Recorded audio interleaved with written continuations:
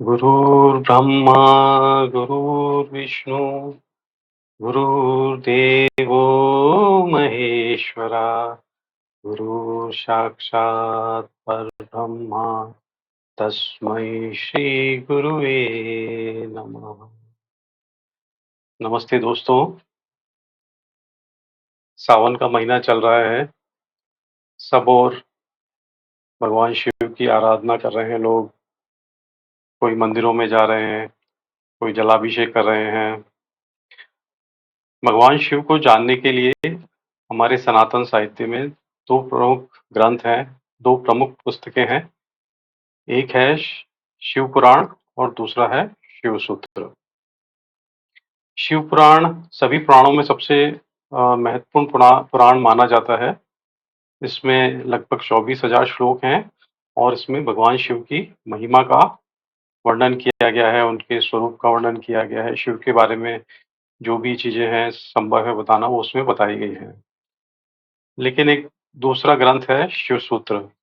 यह शिव पुराण से बिल्कुल अलग है। इसमें ना तो शिव का कोई स्वरूप बताया गया है, ना उनकी महिमा के बारे में या उनके बारे में कोई कहानियाँ बताई गई हैं। शिव सूत्र में सिर्फ़ और सिर्फ़ ये बताया गया है कि कैसे स्वयं शिव हुआ जा सकता है। कैसे कोई व्यक्ति, कोई साधक, कोई योगी शिव स्वरूप को प्राप्त कर सकता है। शिव का मतलब है परम चैतन्य। तो कैसे कोई व्यक्ति परम चैतन्य की अवस्था को प्राप्त कर पाता है, यह शिव सूत्र में बताया गया है। और आज से हम शिव सूत्र के बारे में बात करेंगे, शिव सूत्र का अध्ययन करेंगे। यह बहुत ही प्रामाणिक ग्रंथ है एक, और विशेष करके जो लोग साधना में या योग शास्त्र में विश्वास करते हैं, जो सनातन संस्कृति के गहराई में उतरना चाहते हैं, जो अपने आप को जानना चाहते हैं, उनके लिए शिव सूत्र बहुत ही महत्वपूर्ण ग्रंथ है। हाँ, प्राचीन और हमारे जो सनातन धर्म है उसके में अनेक महत्वपूर्ण ग्रंथ हैं, जैसे कि श्रीमद् भगवद गीता है या वेद हैं 4, रामायण, महाभारत, उपनिषद हैं, जिनके बारे में बहुत कुछ कहा जाता है, बहुत कुछ सुना जाता है। लेकिन शिव सूत्र एक ऐसा है जिसके बारे में काफ़ी कम बात की जाती है।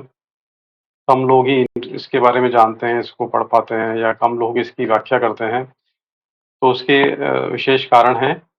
एक तो ये शिव सूत्र बहुत ही गूढ़ है, गूढ़ रहस्यों से भरा हुआ है। सामान्य व्यक्ति को समझना आसान नहीं है।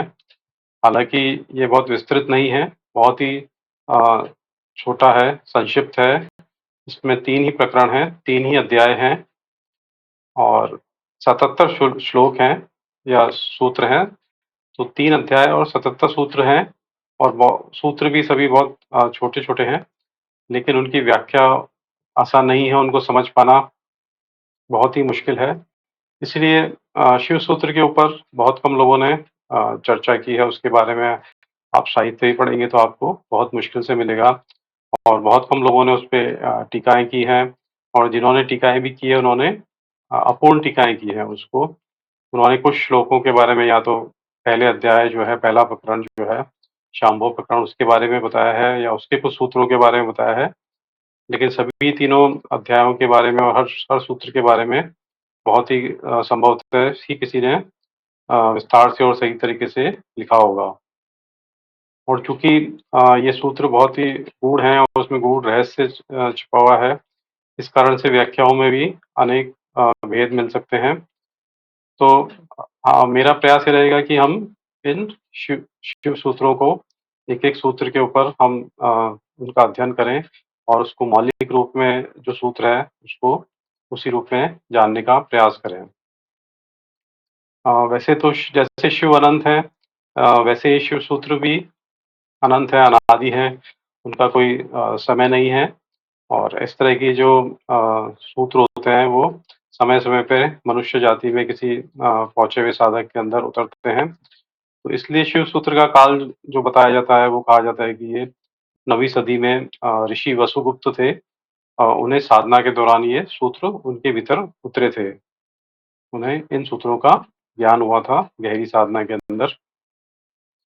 लेकिन इसका मतलब ये नहीं है कि शिव सूत्र पहली बार 9वीं सदी में ही मनुष्य जाति के संपर्क में आए, क्योंकि वो शिव अनादि हैं, तो शिव सूत्र भी अनादि है। वो प्रकृति में सर्वत्र हमेशा से व्याप्त रहे हैं और समय-समय पे कुछ लोग उन्होंने उसको ग्रहण किया है।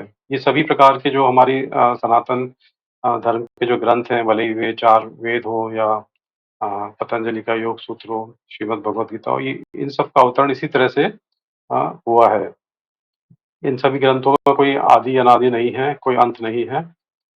तो ऋषि वसुगुप्त को 9वीं सदी में जब ज्ञान हुआ शिव सूत्रों का, तो उन्होंने शिव सूत्र को लेखन के रूप में, पुस्तक के रूप में लिखा और उन्होंने ये जो ज्ञान था उन्होंने अपने शिष्यों को दिया। उनके शिष्य थे, कल्हट करके शिष्य थे, उनको बताया। कल्हट ने भास्कराचार्य को बताया और आगे जाकर के ये शैव शैव जो परंपरा है, जो कि कश्मीरी शैव परंपरा है, उसमें एक महत्वपूर्ण ग्रंथ बन गया। शैव परंपरा या शैव दर्शन का भारत में विशेष महत्व रहा है। सनातन संस्कृति में एक बहुत ही विशेष महत्व दिया जाता है। तो ये शैव परंपरा के जो प्रमुख 2 ग्रंथ हैं उनके बारे में मैंने बताया आपको। एक तो शिव पुराण है और दूसरा शिव सूत्र है। शिव पुराण में शिव का वर्णन है और शिव सूत्र में स्वयं कैसे शिवत्व को प्राप्त कर सकते हैं, कैसे शिव का मतलब है शुभ, कैसे हम शुभत्व को, सर्वोच्च शुभ है, उसको कैसे प्राप्त कर सकते हैं, उसके बारे में बताया हुआ है। और मैं प्रयास करूँगा कि सरल भाषा में, जो कि बहुत ही गूढ़ ये सूत्र हैं, उनको सरल भाषा में और सही अर्थों में आपको बता पाऊँ। और हम एक-एक सूत्र का अध्ययन करेंगे और आप लोग इसके साथ जुड़े रहें, इसको अध्ययन करें, मनन करें और ये मनुष्य के कल्याण का एक बहुत ही सबसे एक श्रेष्ठ मार्ग है, एक मनुष्य की चेतना को ऊर्ध्वाधर लेके जाने का। इसमें 3 अध्याय हैं, 3 प्रकरण हैं। पहला तो है शांभव प्रकरण है।